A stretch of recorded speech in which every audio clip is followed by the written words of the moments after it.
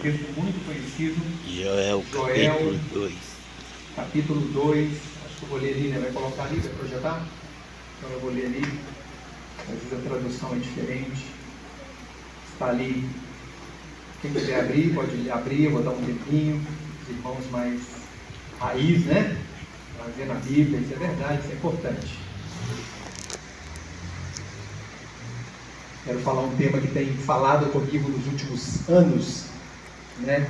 E mais fortemente nos últimos meses eu quero compartilhar com os irmãos. Diz assim a palavra do Senhor: e há de ser que depois derramarei o meu espírito sobre toda a carne, e vossos filhos e vossas filhas profetizarão, os vossos velhos terão sonhos, e os vossos jovens terão visões. Texto Amém. muito conhecido, clássico, né, que muitos irmãos conhecem. Agora nós vamos ler Salmo 37:4, também um texto muito conhecido. Eu quero que os irmãos fiquem com isso na mente. A gente vai orar e a gente vai compartilhar a palavra do Senhor.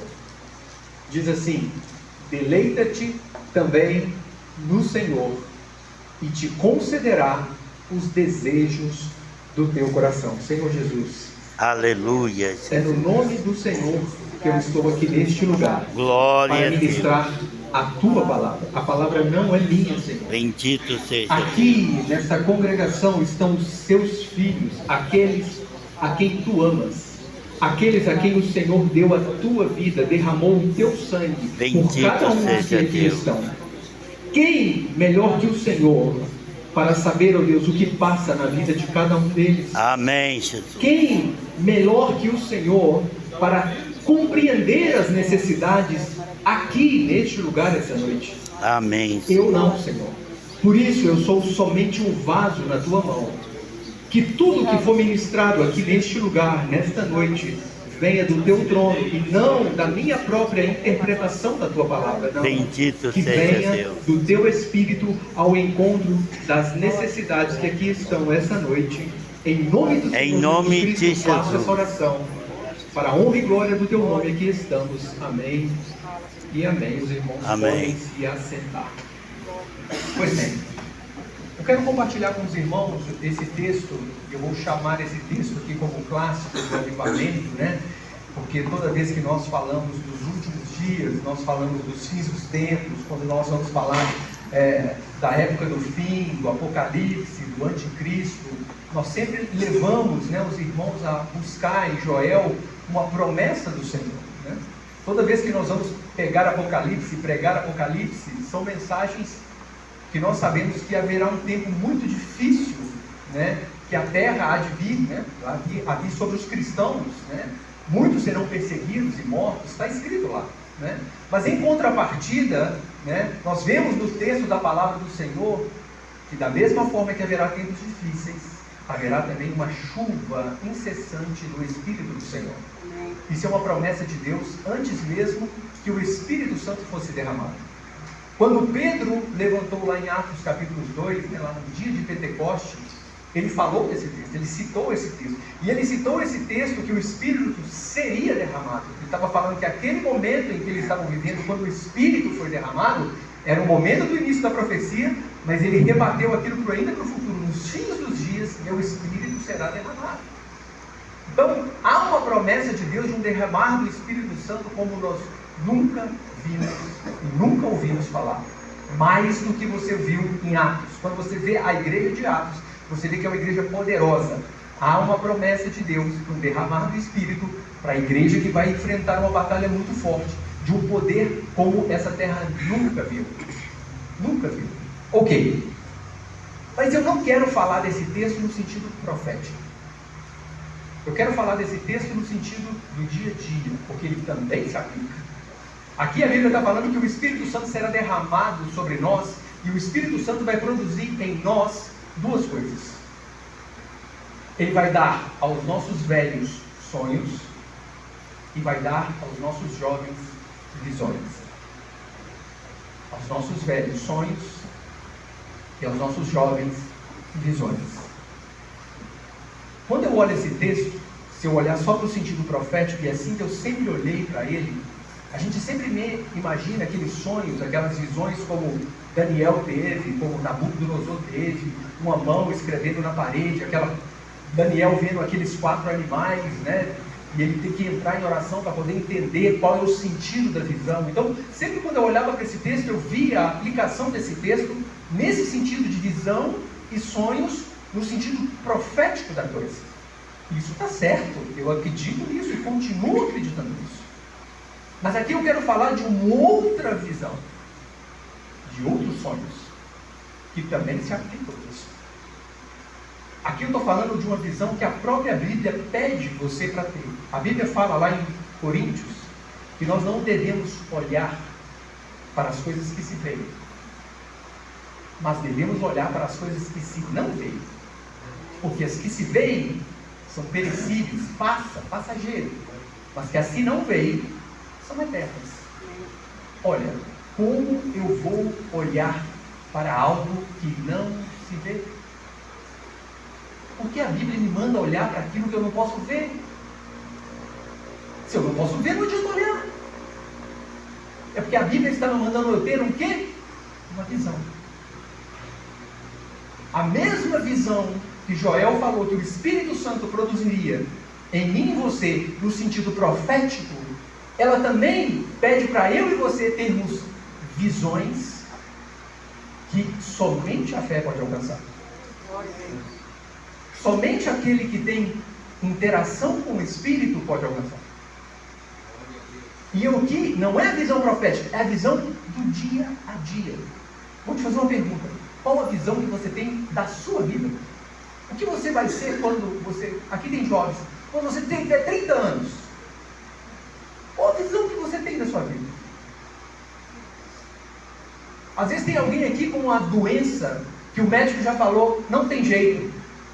O que essa mensagem trouxe na sua mente? E agora, quando você, com essa mensagem em mãos, o que você vê de você na sua vida daqui a alguns anos? Que visão ela produz na sua mente? Às vezes tem jovens aqui preocupados com o futuro, com o trabalho. O que passa na sua mente? Que tipo de trabalho você quer ter? Que tipo de marido ou esposa você quer ter? Eu estou falando de uma visão do cotidiano. Porque ninguém vai a lugar nenhum sem uma visão. Se você não tiver uma visão clara sobre tudo, a vida vai te levar aonde ela quiser te levar. Você vai com a manada, você vai atrás do outro, você copia o que o outro está vivendo, mas nunca aquilo que você pensa de si mesmo. A Bíblia está pedindo, irmãos, isso é tão importante, que se você olhar os exemplos do Velho Testamento, eu sempre trago para o Velho Testamento, porque a Bíblia fala, tudo o que foi escrito para o nosso ensino foi escrito. Então quando você olha os exemplos do Velho Testamento, não é só um livro de história, dizendo a vida de um povo que viveu há milhares de anos atrás, que não tem nada a ver comigo. Tudo que foi escrito para o nosso ensino foi escrito. Amém. Então os exemplos que ali estão refletem a história de um povo, mas também tira e dá para mim e para você exemplos de vida. E o que eu olho para trás é sempre um Deus produzindo na mente dos homens visões. Quando Deus chama Abraão, sai da tua terra, da tua parentela, vou te levar para um lugar onde que eu vou te mostrar. Suba aqui e olhe para o lugar, olhe para o leste, para o oeste, para o norte, para o sul. Tudo o que você está vendo será seu. Deus não deu a terra para ele, Deus deu para ele uma possibilidade. Deus deu para ele um futuro que estaria na mente dele. Se ele cresce, se os passos deles direcionassem naquele sentido, porque o homem que recebeu aquela visão não tinha nem filho.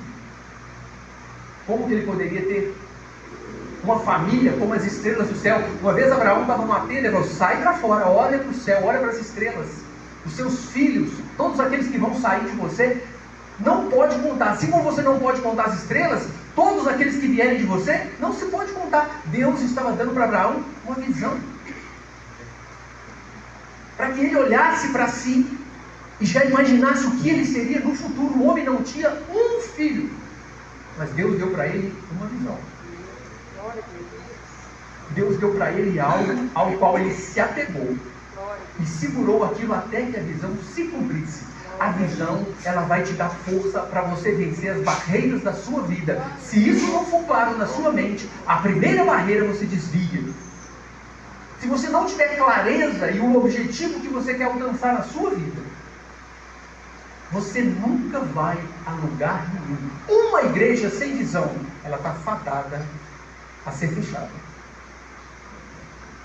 Se as pessoas que aqui estão não sabem o que estão fazendo, o que querem fazer e aonde querem chegar, ela está em grande risco de se perder no meio do caminho. Porque você só sabe se chegou no lugar certo se você determinou ele antes de começar a jornada. Eu só sei que eu cheguei no lugar certo e falei, eu vou para casa. Quando eu cheguei em casa, eu cheguei no lugar. Mas se eu vou determinar qualquer lugar que eu chegar, tá bom. E nem todo lugar está bom. José, veja que Deus deu para o homem, um menino, um sonho. Que os irmãos, o pai e a mãe, um dia se dobraria diante dele.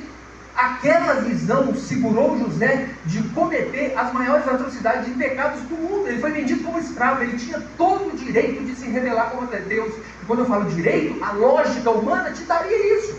Como que Deus me dá uma visão falando que um dia pai, mãe, irmãos estariam diante de mim, mas agora eu sou vendido por eles para uma terra que não me respeita. Fui acusado injustamente por uma mulher que mentiu contra mim. Fui julgado numa prisão, traído por um padeiro que deveria lembrar de mim. Mas esse menino tinha uma visão. E ele se apegou a ela. E ele esperou com paciência até que aquilo se concretizasse. Glória a Deus. Amém. Se você não tiver uma visão clara sobre você mesmo, a vida vai te levar para um lugar que talvez você não queria. Se você, e aí eu falo, por isso que a Bíblia fala que é o Espírito de Deus que vai produzir em você visão. Porque você também pode ter uma visão errada sobre você mesmo.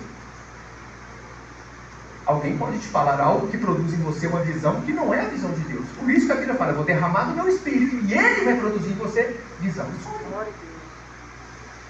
Porque nem toda visão e nem todo sonho está correto. Agora, se eles estão pautados por aquilo que o Espírito produziu na sua vida, irmãos, creia somente. Se agarre nisso com toda força e com toda fé. Se você não tiver uma visão clara sobre a sua vida, eu vou repetir isso várias vezes aqui, porque se você entender essa parte, já está pronto. Eu vou usar alguns exemplos da minha vida, vou te mostrar como a minha visão, uma vez, me levou a um lugar distante e me limitou a algo importante. Vou te mostrar isso. Eu vou confessar as minhas fraquezas aqui neste altar. Então preste atenção que você vai ver que tudo está ligado com a forma que você se vê, a forma e a visão que você tem na sua mente. Que ela pode ser influenciada pelo Espírito de Deus, pode ser influenciada pela televisão, pode ser influenciada pela internet, pelos seus amigos, por 1 milhão de outras fontes que nós não sabemos. Mas a verdade é, você só vai até onde a sua visão alcança. Fato. É fato. Você e eu só vamos até onde a nossa visão alcança. E por isso eu li um outro texto de Salmos. Agrada-te do Senhor, que Ele concederá todo o desejo do seu coração. Por que eu estou falando isso? Porque visão e sonho é Deus que produz em você. Ele lança uma semente, Ele te dá uma palavra, Ele te dá uma visão, Ele te dá algo que aquilo brota em você e cresce em você. Ele não está te dando algo, Ele está te dando a visão ainda, a visão do algo que Ele te dará. E quando você pega aquilo vai te levar num processo até que aquilo se conclua. E isso produz para o Espírito de Deus a matéria que Ele precisa para fazer os milagres na sua vida. Acredite nisso. A criação do mundo fala disso. A Bíblia fala que o Espírito de Deus pairava sobre as águas, era um caos, escuridão. O Espírito de Deus não fez nada até que houvesse uma palavra. Haja, haja, haja, haja. O Espírito de Deus está no mundo, não está? Então por que tem tanta fome no mundo? Por que tem criança morrendo na rua, criança morrendo com a mãe drogada na rua? O Espírito de Deus não está aqui? O Espírito de Deus não está em todo lugar? Isso sempre me incomodou, são perguntas difíceis de responder. Uma coisa eu aprendi: Deus não reage à necessidade. Essa frase eu fui difícil entender. Ela tem me convencido, dia após dia. Deus reage à fé, não à necessidade. Veja se é verdade. Se Deus reagisse à necessidade, não haveria fome no mundo. Porque todo mundo necessita de alimento. E como Deus é justo e Deus é bom, bastava alguém necessitar de alimento, estaria dado o alimento. Se Deus agisse na necessidade, não haveria guerra no mundo, não haveria corrupção. Porque sempre quando tem um corrupto, tem alguém sofrendo do outro lado. E do outro lado estaria alguém necessitado. E Deus entraria e teria que acabar com a corrupção para que a necessidade acabasse. Deus age quando tem fé. Nós viveremos ainda no mundo, irmãos, que nem a fé será necessária. A Bíblia fala, hoje tem o amor, a esperança e a fé. Lá na frente é só o amor. Vai chegar um dia que... o que é a fé? A fé é aquilo que você não pode ver, certo? Vai chegar um dia que Deus vai estar na sua frente. Esse dia não precisa de fé. Mas hoje nós vivemos num mundo em que precisamos de fé. Hoje nós vivemos numa realidade que se eu e você não tivermos a fé e não tivermos a visão, nós estaremos fadados ao fracasso. O meu justo viverá da fé. E quando eu falo de visão, eu estou falando de fé. Uma das primeiras coisas que a fé precisa é uma visão clara do que se quer. Porque fé é um combo de um pacote grande de coisas. Uma das primeiras coisas que é fé é o que exatamente você quer. Quando Jesus perguntou para um cego, o que você quer? Às vezes o cego não queria ficar, ele queria dinheiro. Mas ele falou, eu quero ver. A fé necessita de uma visão clara. Você precisa disso na sua vida. Isso tem que te guiar, você tem que abrir a mente. Eu tenho que abrir minha mente. Eu vou te dar uns exemplos da minha vida aqui. Irmão, se eu passar aqui, você me segura. Vou dar um pulo aqui e vou falar um pouco dos exemplos da minha vida que vai te mostrar. Eu sempre gosto da minha esposa aqui porque os meus testemunhos sempre estão ligados a ela. A minha esposa e eu, nós começamos a namorar muito cedo, muito cedo pelo padrão de hoje, né? 13, 14 anos a gente estava namorando. E ela sempre teve um problema de saúde, ela não tinha os rins dela não funcionavam. Alguns dos irmãos conhecem essa história. 12, 14 anos, então ela tinha que viver numa máquina de hemodiálise. Os irmãos que não sabem, pesquisa lá, mas basicamente você precisa 3 vezes por semana ir no hospital, se conectar a uma máquina, essa máquina vai tirar o sangue do seu corpo, passar por um filtro e te devolver o sangue, porque como o rim é o responsável por esse evento, fazer a purificação do seu sangue, se você não tem um rim, você precisa de uma máquina externa. Então, por 3 vezes por semana, ela tinha que ficar 4 horas conectadas a uma máquina para poder fazer a purificação do sangue, para não morrer, ou seja, ela não estava tratando a doença para sarar. Ela estava ligada a uma máquina para não morrer. É diferente. Às vezes eu aceito um tratamento doloroso porque eu sei que vai passar. Eu aceito passar por uma cirurgia porque eu sei que depois da cirurgia eu vou melhorar. Mas a condição dela era, eu vou estar ligado numa máquina que vai não deixar eu morrer e meu futuro é a máquina. E do lado dela, fazia várias pessoas conectadas à mesma máquina, diante da mesma realidade. As pessoas morriam. As pessoas morriam de vários tipos de doença. Hoje ela chegava lá, cadê o São Paulo? Ih, morreu. Aí daqui a um mês, cadê a Dona Maria? Ih, faleceu. Era a realidade dela. Então, o que o mundo estava falando com ela? Qual era a visão que o mundo estava produzindo para ela? Eu sou a próxima. Quando que será a minha vez? Quando que será a minha vez? Só que eu lembro que foi bem nessa época que ela converteu, que a gente converteu, e o Espírito Santo produziu uma fé no coração dela. E ela falou assim, ó, eu não vou morrer aqui neste lugar. Ela falava isso. Eu não vou morrer aqui neste lugar. Isso é visão clara. A situação, a realidade te apontava na direção. É lá que é seu destino. Mas o Espírito pode produzir. Eu posso te levar para lá. Você crê? Eu posso te levar para lá. Você crê? Você consegue acreditar tanto nisso a ponto de viver 1 ano, 2 anos, 3 anos, 10 anos conectado à máquina? A sua visão é forte o suficiente para segurar você por 10 anos aí?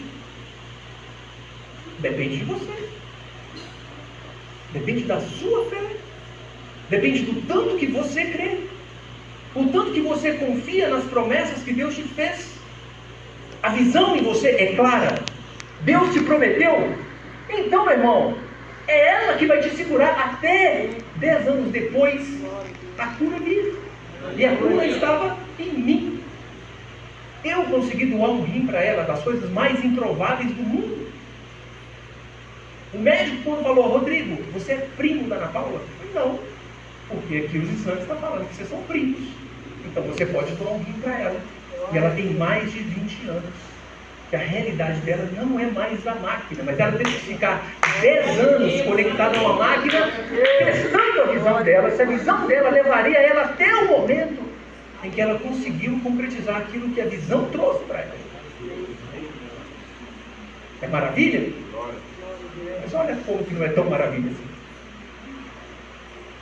Nós casamos, 22 anos, transplante, nova, saúde. Passou 30 anos, vamos ter filho? O médico dela falava o quê? Você não pode ter filho, porque você tem um rim aí que não é seu, pode ser que a barriga vai pressionar ele, vai aumentar sua pressão, mulher grávida tem eclâmpsia, e a pressão para o rim é uma das piores coisas, você pode perder seu rim. O que essa visão fez conosco? Eu acreditei no médico. Eu acreditei no médico. E nós, eu e ela, decidimos que nós não teríamos um filho.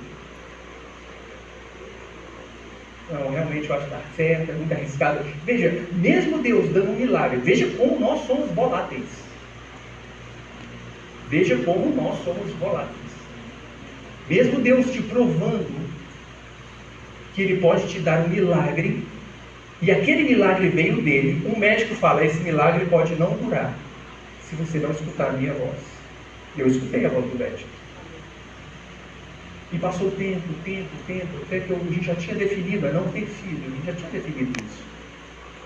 Mas chegou um dia: vamos tentar. Vamos tentar. Vamos ir no médico, vamos ver se não, vamos mudar essa realidade. Quando a gente sentou na cadeira do médico, ele falou: você já não pode ter mais filho, você já não produz mais óvulos. A minha visão limitou o que Deus poderia fazer na minha vida. A primeira visão tirou ela de uma máquina, a segunda visão me limitou daquilo que eu poderia ter de Deus. Eu acreditei na voz do médico, que deve ser acreditada. Aqui eu não estou falando para você desprezar médico nenhum. A ciência foi dada por Deus, aqui eu não estou pregando contra isso. Eu só estou falando que a gente tem um Deus que, quando Ele abre a boca e fala contra a medicina, se apega nele. Glória a Deus. Se apega nele. Glória a Deus. E eu já tinha um milagre na minha mão. E eu decidi, naquela época, acreditar na voz do médico. Glória a Deus. Só que não para por aí. E quando essa realidade foi nos apresentada, o que nós fizemos? Vamos orar. E veio no nosso coração de fazer uma adoção. Só que ela falou assim: eu não quero um filho, então eu quero um filho que seja assim, Deus. Eu vou lá. Ela orava. Eu falo a minha esposa orou porque ela orou mais do que eu.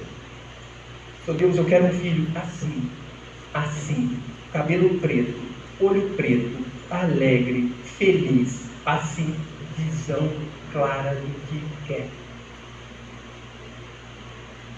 Ela sabia o que queria.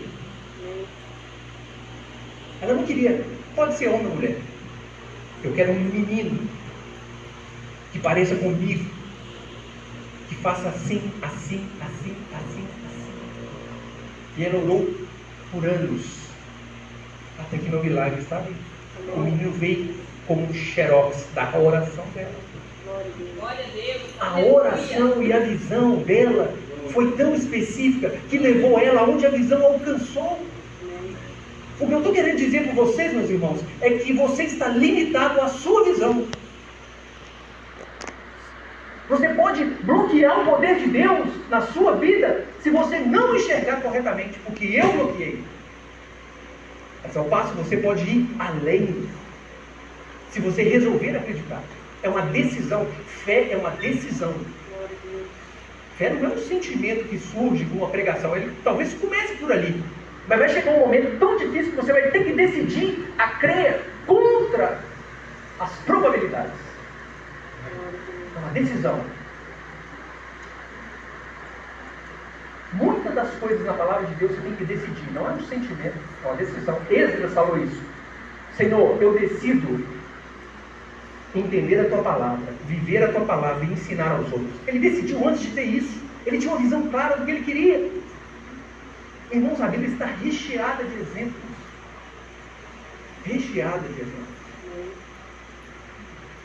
Então, nós precisamos dosar como nós nos vemos diante de um Deus que não tem impossível, meu irmão. O Deus pode gerar em você uma visão do impossível. Glória a Deus. Mas às vezes eu e você nos limitamos às realidades da vida. Glória a Deus. Uma voz de um médico, uma dificuldade, uma doença terminal. Deus só está querendo que você, como uma oração, uma visão, um sonho na sua mente, produza para Ele trabalhar em cima daquilo. Glória a Deus. Ele está esperando que você enxergue o seu futuro e deseje aquilo com tanta força, que Ele vai produzir aquilo em você. Glória a Deus. E vai te dar, como Salmo falou, se alegre no Senhor e Ele te dará o desejo do seu coração. Ou seja, aquilo que está na sua mente, povoando a sua mente, eu não vou morrer aqui, eu não vou morrer aqui, eu não vou morrer aqui. Você não vai morrer aqui. Glória a Deus. Aleluia. Tem uma história famosa que eu gosto dela, não vou lembrar em todos os detalhes. Então me permita, se ela ficar esquisita no final, mas vou tentar lembrar aquilo que importa. Quem conhece os horrores da Segunda Guerra, os campos de concentração, né? Uma época terrível na história do mundo, né? Em 1945, os judeus foram levados para campos de concentração. E nesses campos de concentração, eles foram destruídos, dizimados. Eles foram mortos pelas maiores crueldades que o mundo jamais ouviu. As pessoas que entraram nos campos de concentração, as tropas britânicas que foram lá, foram os primeiros a ter contato com aquela realidade, eles não acreditavam no que estavam vendo. Eles não sabiam que o ser humano era capaz de fazer tamanhas maldades. Então, milhares de pessoas morreram, mas grande parte das pessoas sobreviveram. E eles entrevistaram essas pessoas que sobreviveram. Muitos deles que sobreviveram, não todos, falaram: eu sobrevivi, porque eu sabia que Deus não me deixaria morrer aqui. Glória a Deus. Eu acredito nisso. Glória a Deus. Eu acredito nisso. Eu vou falar uma expressão: ele comeu pão que o diabo amassou. Mas a visão dele não deixou ele morrer naquele lugar. Glória a Deus. Contra todas as possibilidades, contra todas as projeções, os amigos morrendo aos montes. Muitos confessaram: eu tenho mais certeza que Deus existe depois do campo de concentração do que antes. Porque se não fosse Ele, eu teria morrido também. Glória a Deus. Glória a Deus. É isso aí. O que a visão pode fazer para a sua vida? O Espírito Santo está ansioso para você começar a sonhar e ver as coisas do impossível. Glória a Deus. Glória a Deus. Ele vai trabalhar não diante da sua necessidade, mas daquilo que está povoando a sua mente, daquilo que você deseja, daquilo que você quer, daquilo que você acredita. Irmãos, creia nisso, porque não é a minha palavra, é a palavra de Deus. Glória a Deus. E eu vou te falar isso porque nós limitamos a Deus. Eu vou te falar um exemplo. É difícil para mim falar isso no altar. É difícil para mim abrir a boca e falar isso. Porque a gente limita Deus. A gente limita Deus. Isso quem me mostrou foi a própria palavra de Deus. Está acabando, tá, irmãos? Vamos lá. Tem um evento na Bíblia, uma cura de um cego de nascença. Está escrito lá em João, se eu não me engano, capítulo 8. A gente não vai ler não. Mas depois os irmãos leiam isso. É um texto profundo que me fez enxergar isso. Veja, tinha um homem que era cego de nascença. E ele foi curado milagrosamente por Jesus.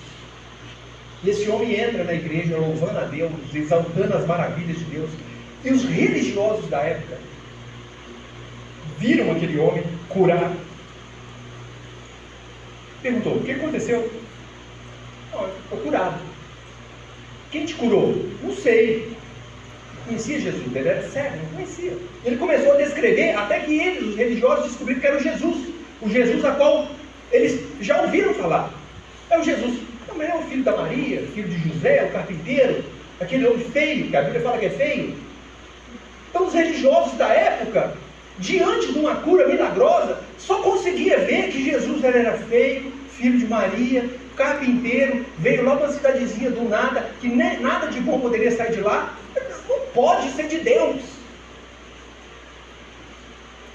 Não pode ser. Eles não conseguiam ver um milagre. Eles conseguiam limitar a visão dele diante daquilo que eles criam. Não pode ser Deus isso. Que vem de um homem que não pode ser de Deus. Eu nunca ouvi falar que um homem desse lugar pudesse fazer tal coisa.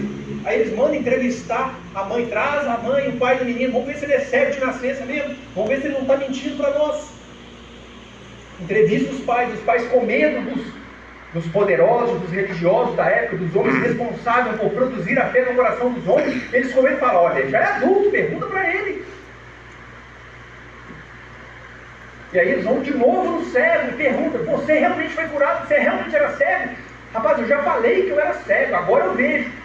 Pode dar graças a Deus aí, que eu sei que esse Jesus é um pecador. O cego falou: se ele é pecador, não sei. Mas ontem eu não vi e hoje eu estou vendo. Glória a Deus.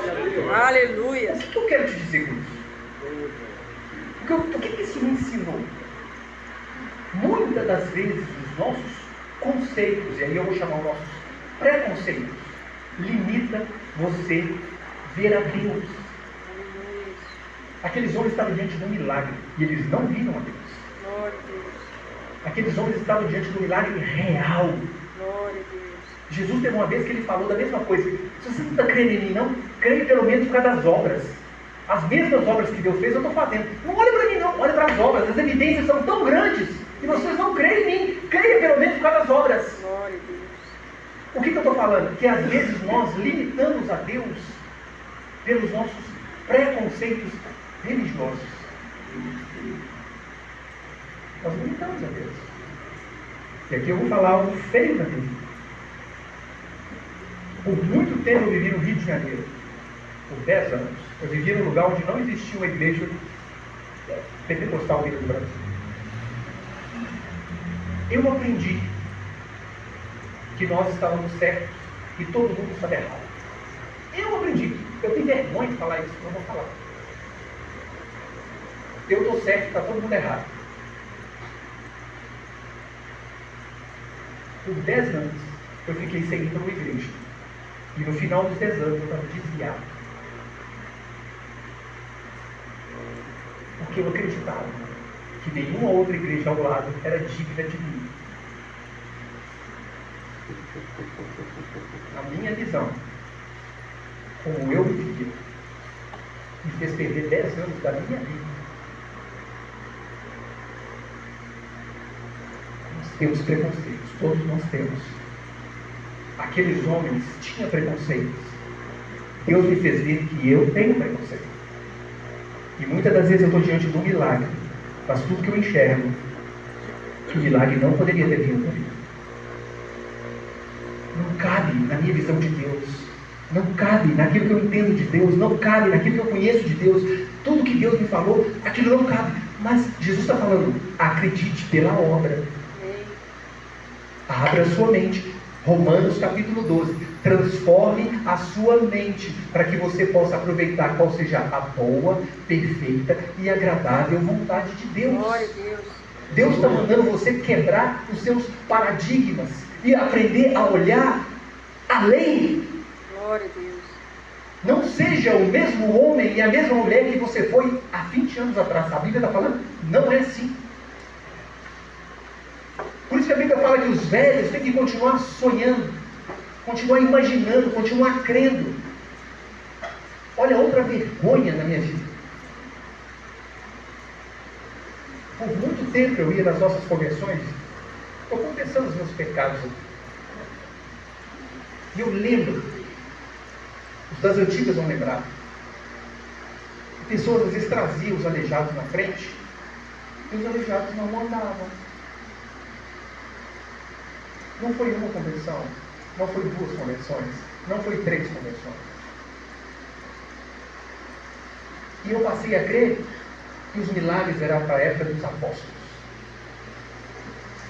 Por muito tempo, eu acreditei que o que está escrito na Bíblia não é para nós. Porque a minha visão foi povoada por algo que alguém experimentou. O que eu estou querendo te falar é que Deus não mudou. Ele é o mesmo ontem, hoje e será para sempre. Glória a Deus. Se o seu vizinho não conseguiu aquilo que você acha que deveria conseguir, não significa que Deus mudou na sua vida. Amém.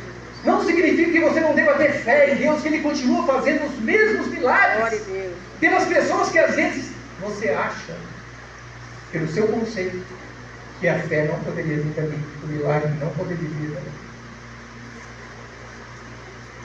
Renove a sua mente para que você experimente qual seja a boa, Glória a perfeita, agradável Glória a vontade de Deus. Deus. Louvado seja o teu nome. Nós precisamos enxergar além. Nós precisamos desejar aquilo que é impossível para nós desejarmos, porque as condições nos mostram que não adianta orar, porque o aleijado não vai levantar. Continua enxergando na sua mente que é possível, porque o mesmo Deus não mudou. Glória a Deus. Se a situação está dizendo para você não creia, creia, porque a palavra de Deus diz que você precisa crer. Glória a Deus. E é a sua visão que vai fazer Deus se mover. Glória a Deus. Aleluia. A sua visão pode ser mudada pela realidade, por uma palavra de um médico, por uma experiência que alguém teve ao seu lado e você deixa de crer. Você deixa de ter a visão acertada de acordo com a palavra de Deus. Porque eu quero que os irmãos saiam, e aí que eu já vou finalizar. Que nós calibremos a nossa visão além do alcance. Glória a Deus. Que você continue sonhando. Às vezes eu converso com alguns jovens, eu fico triste. Sabe, eu fico triste. E aí, irmão, o que você quer ser? Você quer fazer medicina? Ah, não, é muito difícil. Irmãos, um jovem nunca devia falar essa palavra, eu não consigo. Essa palavra, eu não consigo, vocês nunca deviam falar isso. Você pode falar assim, eu não creio. Porque se você crê, não há limite para que você creia, para você, a sua visão. Glória a Deus. Não há. Então, a juventude nossa está hoje sendo poluída e perdendo a visão de si mesmo, da sua capacidade em Deus. Ana uma vez falou, em ti, Senhor, a minha força é exaltada. Ou seja, hoje você se sente como um nada, um Zé Ninguém. É verdade, você é um nada, um Zé Ninguém. A Bíblia fala, diga ao fraco, eu sou forte. A Bíblia não está falando que você é forte. A Bíblia fala, diga ao fraco. A Bíblia está falando de ser fraco. Mas ela fala, eu sou forte. Por quê? Porque a sua pouca força em Deus é exaltada. Se você não tem uma visão de que tem um Deus do seu lado, Deus do impossível, a sua visão sempre será condicionada com as coisas da vida. Com a máquina de hemodiálise, com a palavra de um médico, com alguém falando que você não é capaz de fazer algo. E você aceita aquilo como uma realidade da sua vida e fica ligado àquilo e não vai a lugar nenhum. Deus olhando para você, começa a sonhar, começa a profetizar na sua vida, começa a viver. Tem um texto na Bíblia, eu falo que vou acabar em uma capa. Tem um texto na Bíblia que esse também é interessante. Às vezes você aprende a Bíblia depois de ler a Bíblia 100 vezes. Tem um texto na Bíblia que fala assim, ó, se nós tivermos uma fé como um grão de mostarda, você vai dizer, esse monte, lança-te daqui para lá disso vai acontecer. Eu sempre acreditei que nós tínhamos que ter a fé do tamanho de um feto de um grão de mostarda. Ou seja, uma fé pequenininha. Certo? A Bíblia fala, a fé de mostarda, a semente é uma das menores. Mas quando você planta, ela vira uma grande hortaliça. Eu sempre lendo isso, eu achava que bastava uma fé pequenininha para você dizer ao monte, sai daqui para colar. Está errado. Porque se isso fosse certo, Jesus não teria falado com os apóstolos, homens de pequena fé. Porque se bastasse uma pequena fé, ele ia falar, olha que bom, você tem uma pequena fé, exatamente como eu falei lá no grupo de mostarda. Não, ele falou, homens de pequena fé, no sentido pejorativo, está errado, sua fé está pequena. Tem que aumentar esse negócio aí. Tanto é que a fé é derramada em proporções, tem proporção de fé. Se a fé pequenininha fosse suficiente, bastava você ter um pouquinho, já está resolvido o problema. Mas o que quer dizer como um grão de mostarda? O como é, comece pequenininho, planta pequenininho, colhe um pouquinho, esse negócio funciona. A sua visão expande. Agora eu vou plantar não uma, eu vou plantar duas. Você planta as duas e nasce as duas. Opa, esse negócio funciona mesmo. A sua fé e sua visão expandem. E quando você vê, você está movendo um monte. Porque você usou a fé como um grão de mostarda, um pouquinho de cada vez. O que eu estou te falando, se a sua visão é pequena, usa a visão que você tem. Aleluia. Mas usa. Até ela se transformar numa grande obra, numa grande coisa. Todo mundo que construiu uma igreja de 50 mil membros começou num culto, numa casa. Mas ele via lá na frente. Ele acreditava, e ele foi plantando grão a grão, até que a sua igreja virou de 50 mil membros. Glória a Deus. Ele plantou a sua fé com um grão de mostarda, dia após dia, pequena, amanhã menor ainda, depois vai aumentando e vai aumentando, até que a fé dele produzia grandes coisas.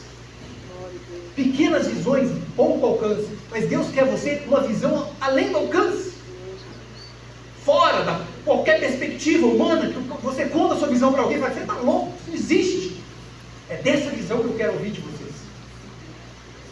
É essa visão que Deus está querendo produzir na sua mente e no seu coração. Glória a Deus. Amém?